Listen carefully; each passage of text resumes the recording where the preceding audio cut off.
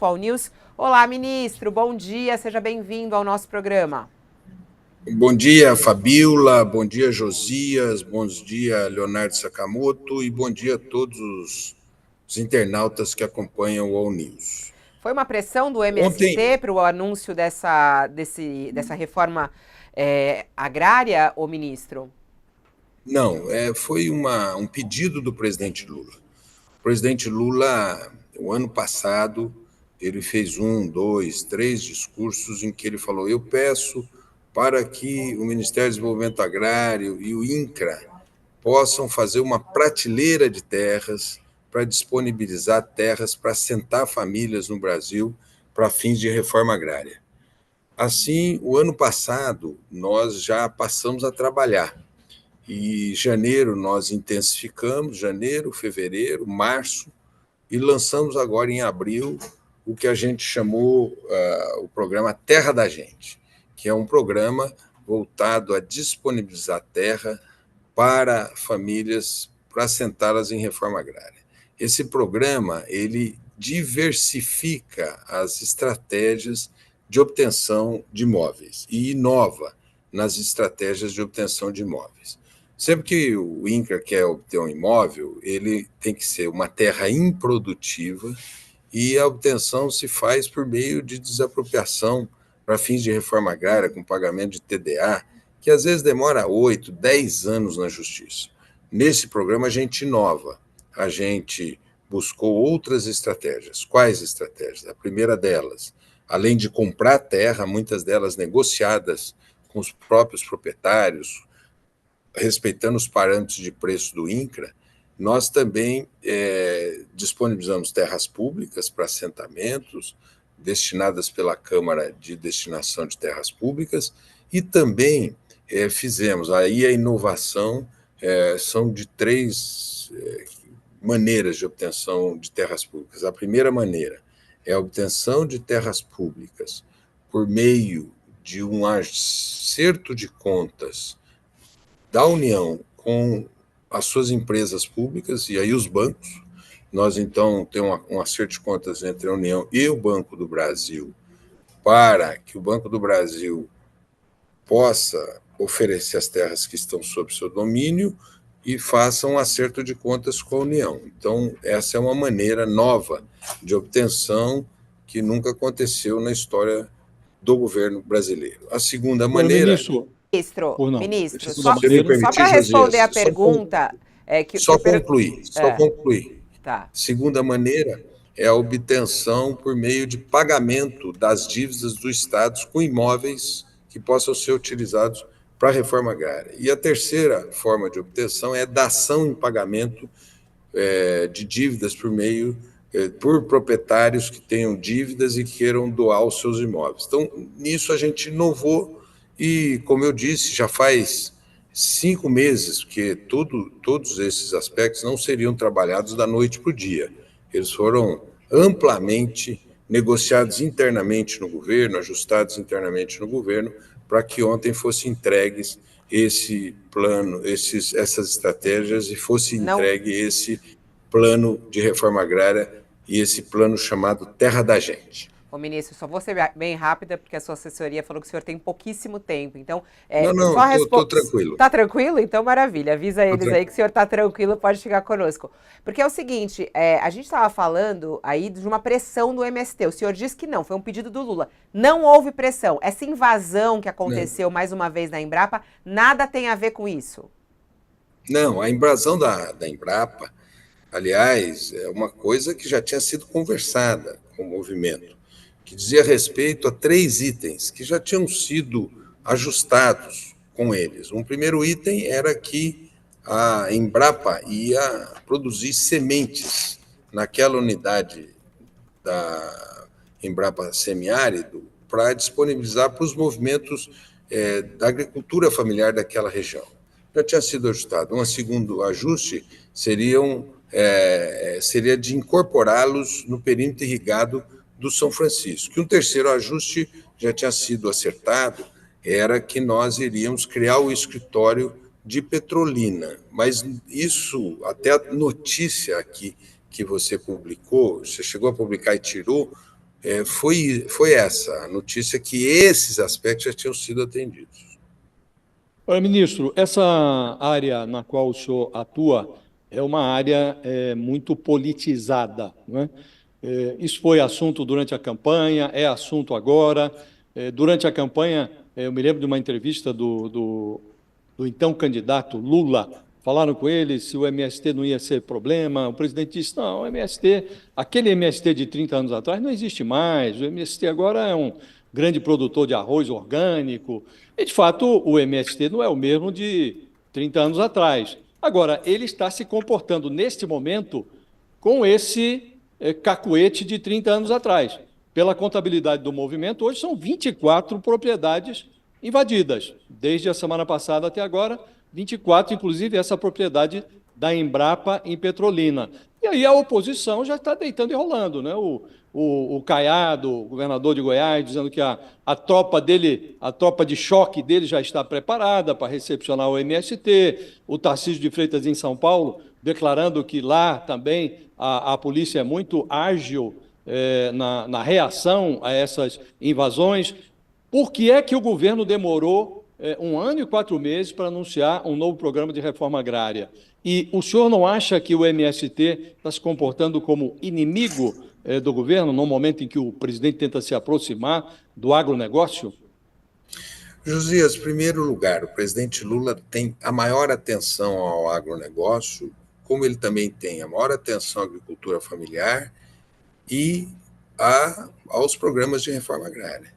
Em segundo lugar, nós entregamos e comunicamos esse programa anteriormente, e por isso nós estamos disponibilizando essa quantidade de terras exatamente para atender às demandas por assentamentos no Brasil. Em terceiro lugar, nós não temos a responsabilidade de estratégias dos movimentos, não são nossas, são dos movimentos. E, em quarto lugar, eu creio que esse processo ele vai caracterizar como um processo de protesto. Por exemplo, a área da CEPLAC na Bahia sai em sexta-feira. Tem uma promessa de sair da área da Embrapa também. Então, vai caracterizar um processo de protestos, uma jornada de luta, digamos assim. Então, eu vejo dessa natureza. O senhor não teme que, não receia que esse movimento do MST sirva de material para dificultar o trabalho do presidente? O presidente está tentando agora, ele teve inclusive no Mato Grosso, semana passada, tentando se reaproximar ali do agronegócio, já está a bancada ruralista dizendo: olha, não adianta esse aceno se o governo não tem interlocução, que se imaginava uma interlocução privilegiada com o próprio MST, né? Josias, não muda a boa relação que o presidente Lula tem com o agro brasileiro. De forma nenhuma. Uma parcela importante do agro o apoiou e o apoia. E está vendo o que ele tem feito pelo agro. Veja, lançou o maior plano safra da vida do Brasil. Agora já foram desbloqueados 100 mercados pelo ministro Fávaro para venda, e o Jorge Viana para a venda de produtos brasileiros, o Alckmin também, todos ajudando. Então, não muda. E não é essa jornada de lutas que vai mudar o rumo das coisas, né? E segundo, somos entidades diferentes. O governo é uma entidade, o MST é outra entidade. E terceiro, eu vejo essa jornada como muito assim, uma jornada que ela terá a sua passagem. Então, não vejo qualquer trauma nessa relação.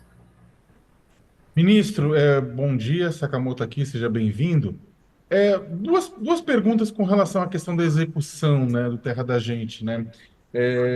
Primeiro, por mais que a gente saiba que o CNU, o Concurso Nacional Unificado, deve trazer 742 novas vagas para o INCRA é um dos órgãos hoje mais sucateados do Brasil, uma das autarquias mais sucateadas do Brasil. Você tem faltando, a gente visita superintendências no interior, fui para duas delas, uma no Maranhão e uma no Pará dia desse, sabe, tipo, sucateado ao extremo, incapaz de fazer vistoria, incapaz, sem recursos, sem gente para poder colocar em prática a política pública. Mesmo se contratar todo mundo do 742 no concurso leva um tempo de treinamento, adaptação, tudo. Ou seja, vai jogar esse pessoal, eles não vão estar prontos assim para poder fazer e implementar a política pública no curto prazo. Então, como fazer isso? Como é que a política pública vai ser implementada uma vez que você tem essa deficiência no INCRA? E a outra coisa é a seguinte: vocês colocaram quase meio bilhão, estavam comentando quase meio bilhão para a compra de terra, mas também treinamento, capacitação técnica e tudo isso mais relacionado ao sistema da reforma agrária.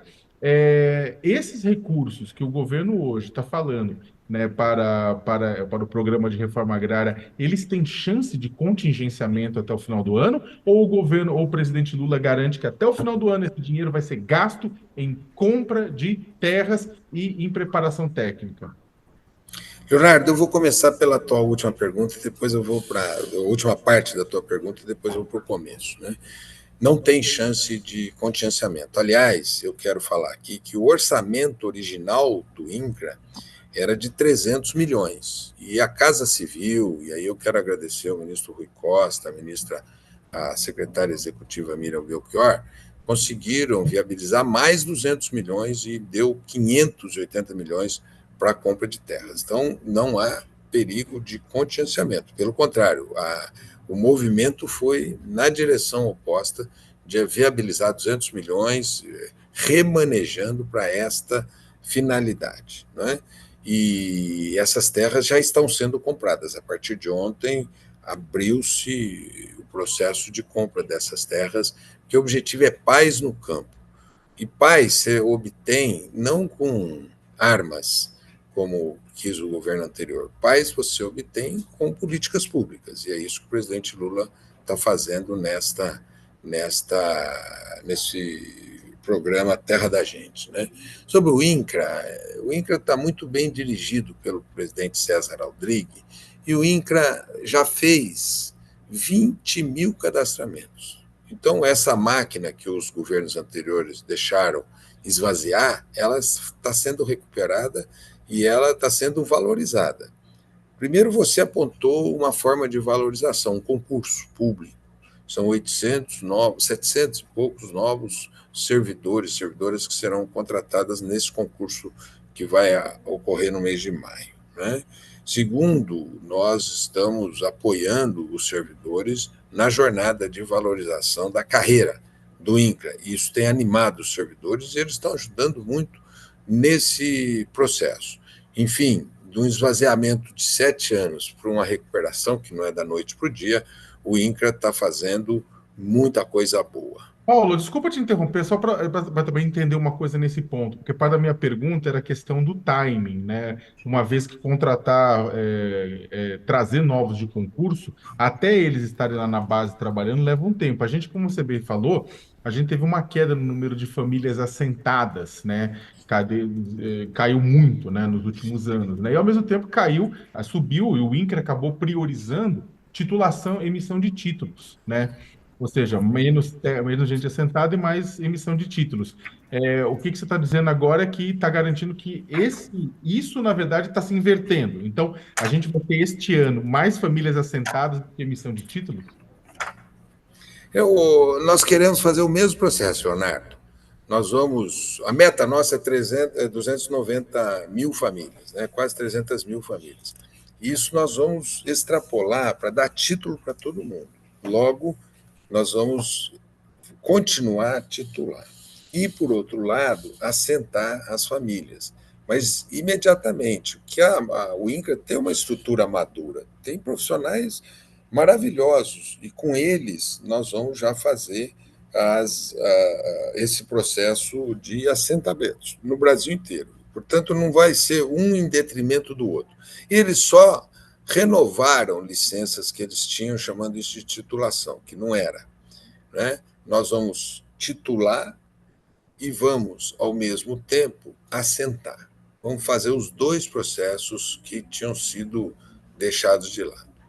Ministro, você estava falando agora da pressão do MST, que nada teve a ver com o anúncio da reforma agrária. Agora eu queria saber se houve alguma pressão do MST para exonerar o primo do presidente da Câmara, Arthur Lira, do cargo do INCRA, lá em Alagoas. Essa é uma notícia também que está pipocando hoje na imprensa, dizendo que foi exonerado Wilson César de Lira Santos, que é primo do presidente da Câmara, Arthur Lira, do cargo de superintendente regional de Alagoas do INCRA.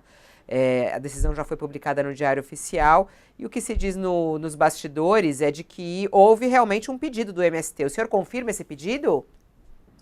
O que eu quero dizer sobre isso, primeiro, é que nós trocamos toda a direção do INCRA no começo do nosso governo e mantivemos o César Lira lá em Alagoas. Em abril do ano passado, os movimentos ocuparam a sede do INCRA de Alagoas por conta do nível de dificuldade com o César Lira, o nível de conflitosidade com ele, que só aumentou de lá para cá, só aumentou de lá para cá. Depois, ali no mês de novembro, a gente voltou a discutir, eu discuti com o Arthur, sobre a substituição dele. E pelo César, que falou para o presidente do INCRA, o César Aldrich, né, o César Lira falou para o César Aldrich que ele seria candidato a prefeito de uma cidade de Alagoas, que ele sairia, então, agora em abril. Então, estava tudo ajustado para a saída dele em abril. O fato é que ele não saiu prefeito. Ele não saiu prefeito.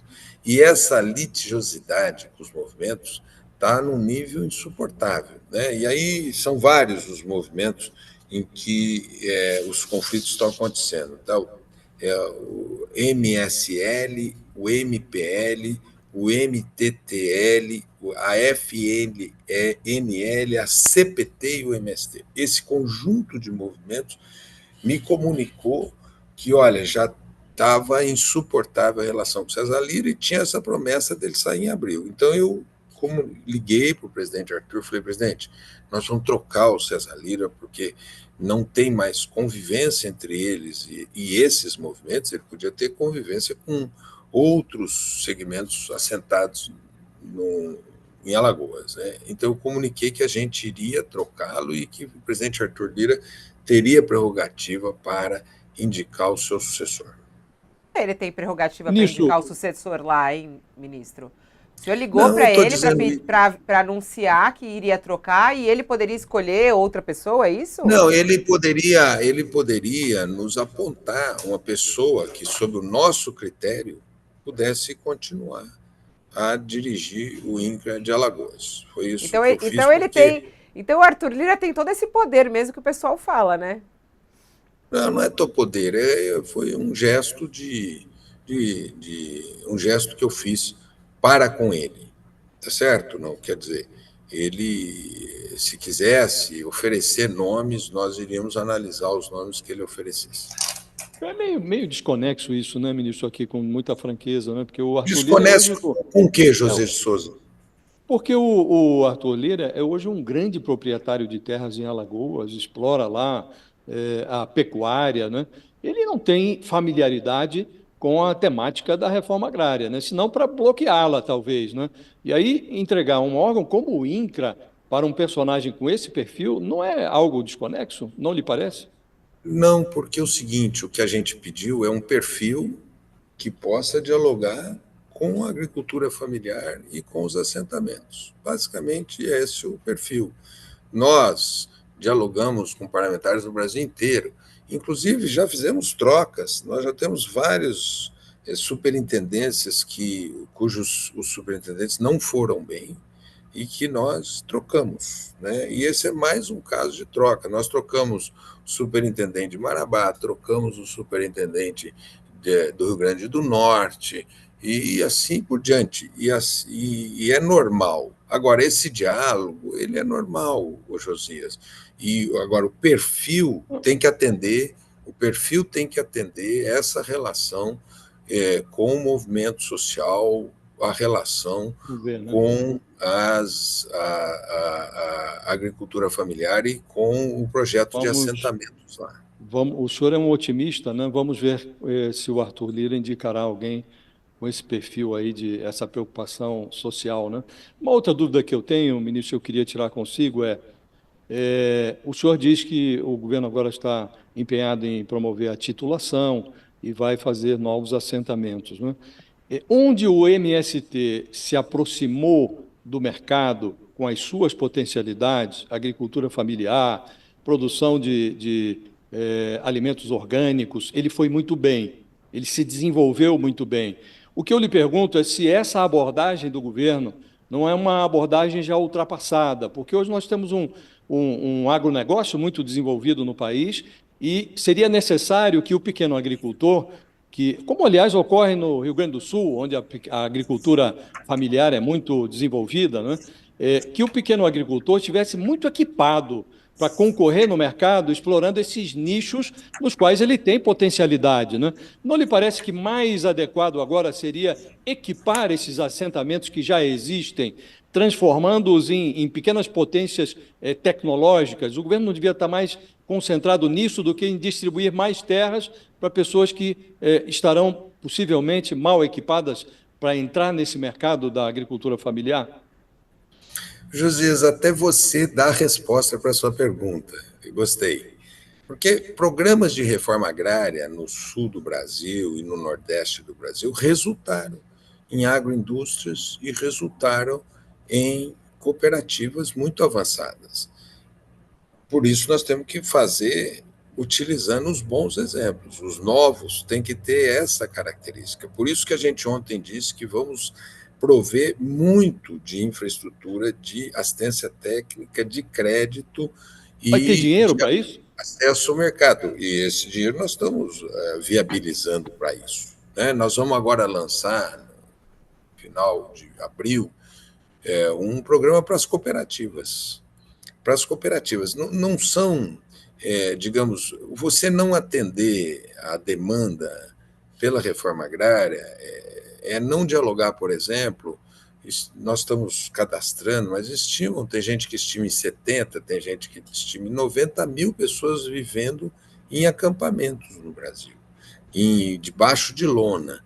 Então, essa situação você precisa também dar atenção a ela. Agora, promover um assentamento, você tem que promover com tecnologia, com crédito, com apoio para instalação, com programas públicos de educação, de saúde, porque essas pessoas estão vivendo em situação de altíssima exclusão. E, ao serem incluídas, elas têm que ser incluídas com uma grande articulação de políticas públicas. É assim que a gente faz um programa de inclusão pela via econômica dessas pessoas, né?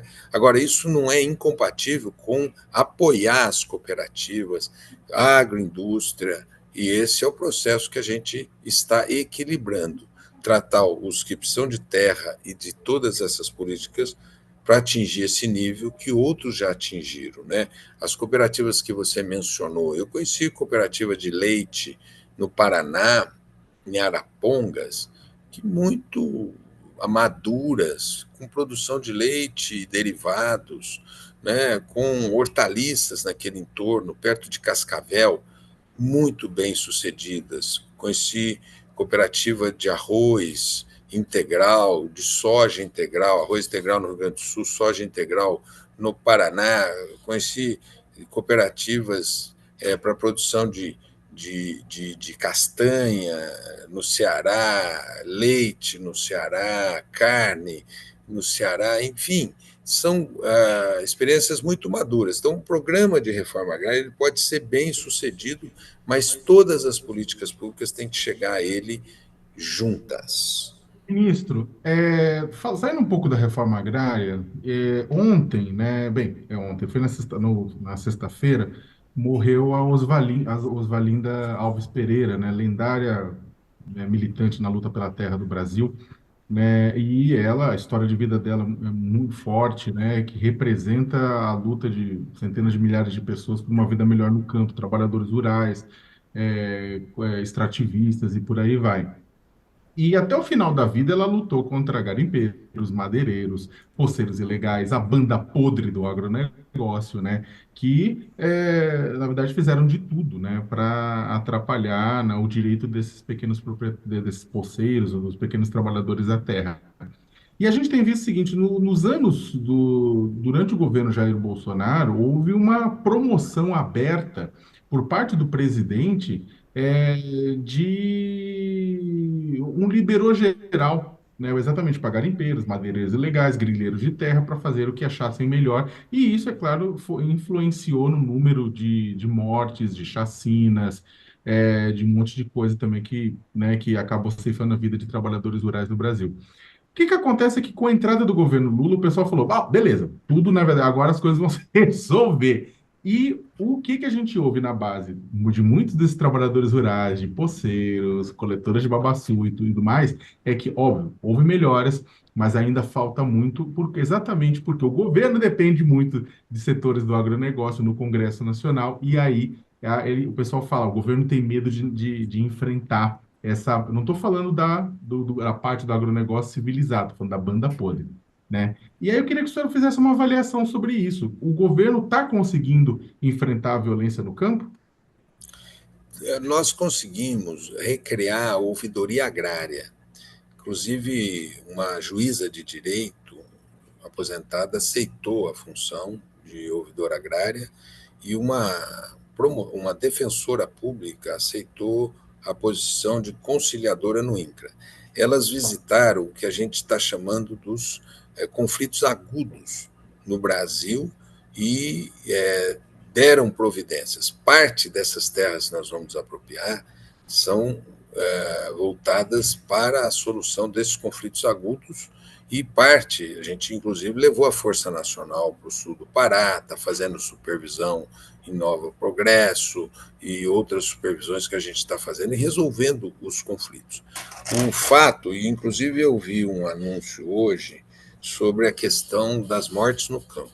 A própria CPT disse, diminuíram as mortes no campo, e eu vejo que é um trabalho dessa conciliação agrária e um trabalho de intervenção nesses conflitos para a superação dos conflitos.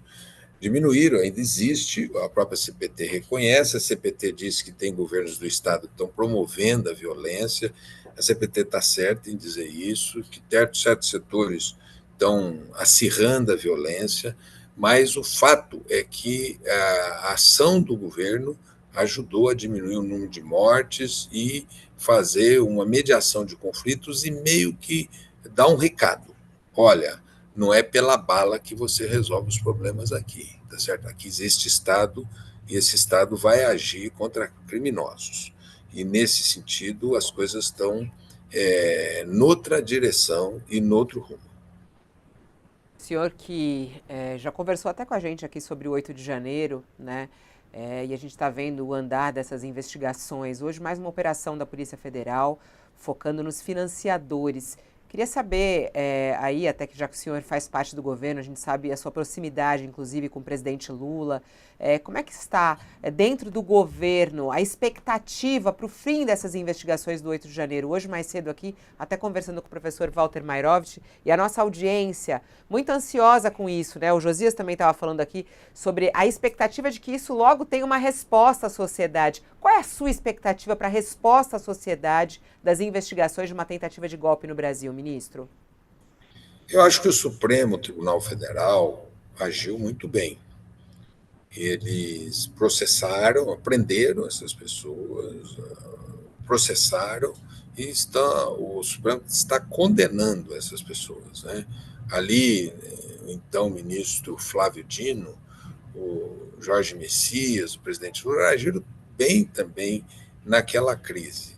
Eu não tenho condição de dizer sobre a continuidade desse processo, mas as providências foram tomadas, as pessoas estão respondendo na justiça e creio que tudo que tiver que ser investigado tem que ser investigado. Não tem um tempo para parar algo que não foi concluído ainda. Se estão sendo presos pessoas que contribuíram financeiramente, é que não está concluído. Mas eu acho que o Estado brasileiro agiu muito bem, impedindo o golpe, levando à justiça as pessoas que promoveram o golpe, que tiveram responsabilidade naquela tentativa de golpe, e tem que concluir. Agora, tem um tempo para conclusão, mas eu sinto orgulho do Estado brasileiro, do Supremo Tribunal Federal, das instituições brasileiras, do Executivo, do presidente Lula, que tomaram todas as providências para evitar o golpe, e hoje nós vivemos numa democracia e podemos estar conversando aqui,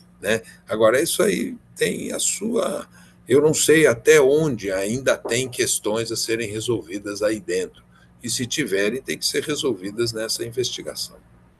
Não lhe parece, às vezes, ministro, que o processo é muito célere e o senhor tem razão? Tem muita gente já punida, alguns até há 17 anos, né? Houve aquelas prisões em flagrante no dia seguinte, ao 8 de janeiro, mas não lhe parece, por vezes, que demora muito a justiça a chegar a alcançar os mentores, o alto comando do golpe, o próprio Bolsonaro, esses personagens fardados que se acumpliciaram com ele? Não lhe parece que, neste ponto, a investigação demora um pouco? José, eu acho que está indo bem, né?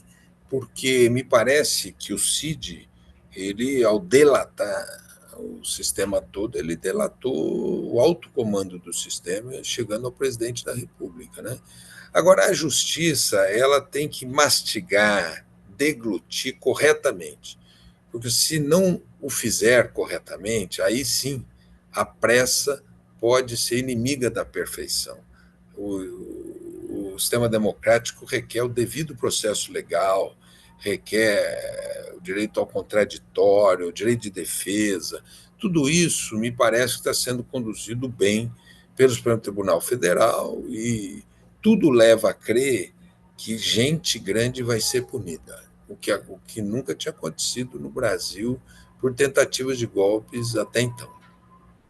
Falando em gente grande, a gente estava acompanhando mais cedo, até o nosso repórter aqui, Aguirre Talento, colunista, trouxe a informação de uma suspeita da Polícia Federal de que a sede da Apex lá em Miami teria sido usada, de certa maneira, a estrutura ou até mesmo o celular pelo pai do Mauro Cid, né, o general Cid, que ocupava lá o cargo de diretor dessa agência, para a venda das joias. Como é que o senhor vê isso, né? O uso da Apex Brasil para a venda das joias que foram presentes, né, da Arábia Saudita a Bolsonaro. O Fabíola, outro dia eu ganhei uma rede. Eu fui na Paraíba e ganhei uma rede linda, toda bonita, né? E eu tive o cuidado de mandar para a comissão de ética que nós temos aqui no nosso ministério, para saber se eu poderia ficar com aquela rede que eu tinha ganho. E eles disseram que eu não poderia ter ficado pelo valor daquele presente, então a mim não pertencia o presente.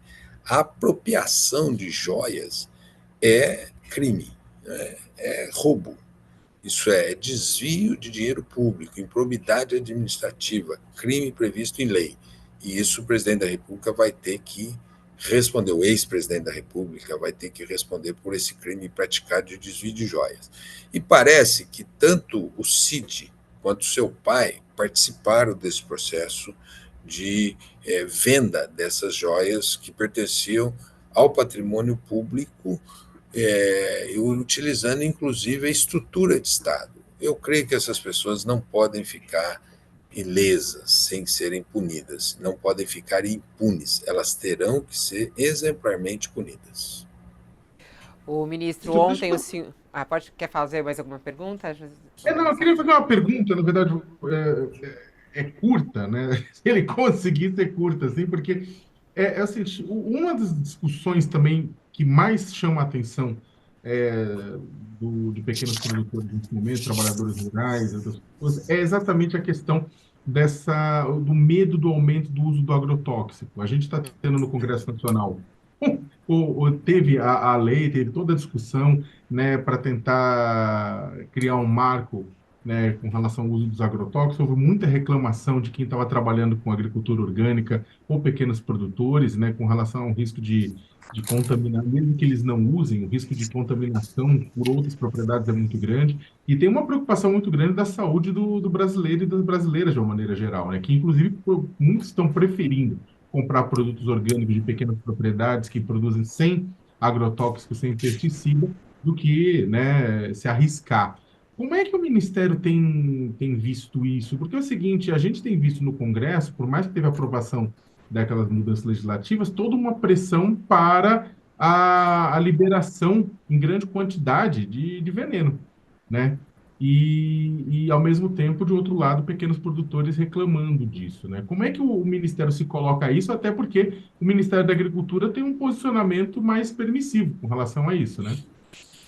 O nosso posicionamento, Leonardo, é para fazer uma transição agroecológica na nossa agricultura, né? Aproveitar esse ciclo onde você tem uma agricultura de base química para uma agricultura de base biológica.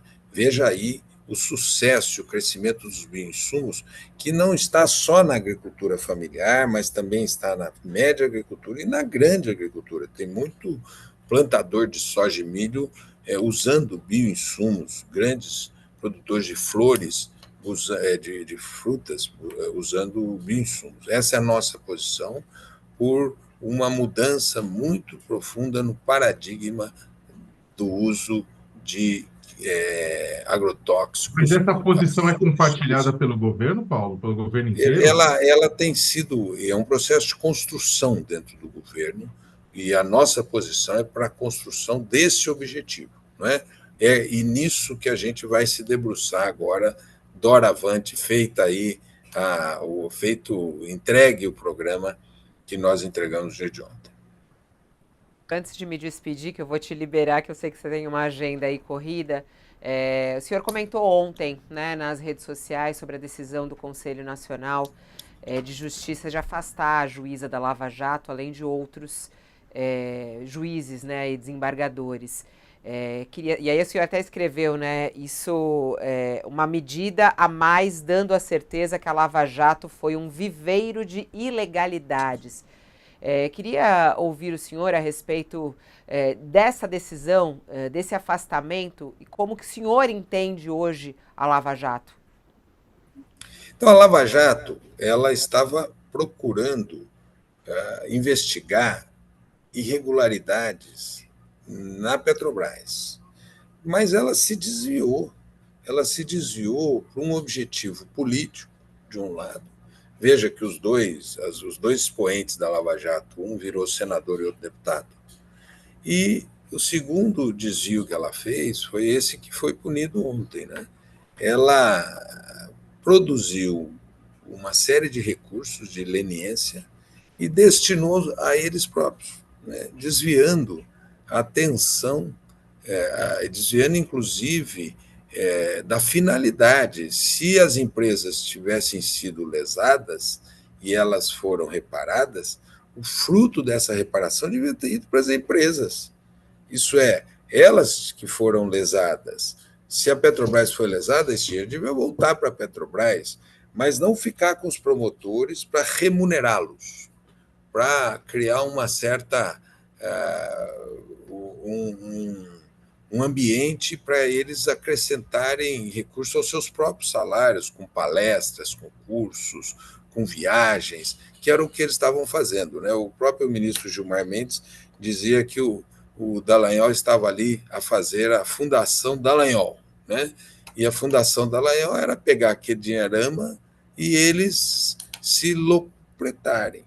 Ontem, o que aconteceu foi que o CNJ pegou 4. Para minha surpresa, 2 desembargadores. Porque eu achava que era o tema ali de Curitiba, daquela vara, da 13ª vara, mas aquilo foi, de uma certa forma, foi legitimado pelo tribunal do TRF4, né, que não obedeceu uma ordem judicial para desfazer aquela negociata que estava sendo produzida no interior da Lava Jato. Tá certo. Ministro, muito obrigada pela sua participação ao vivo. Agradeço a gentileza de arrumar um espaço aí na sua agenda para nos atender, conversar com a nossa audiência aqui do UOL. Até a próxima. Obrigado, Fabíola, obrigado, Josias, obrigado, Leonardo, e obrigado a todos os internautas que acompanham o UOL News. Obrigado pela oportunidade.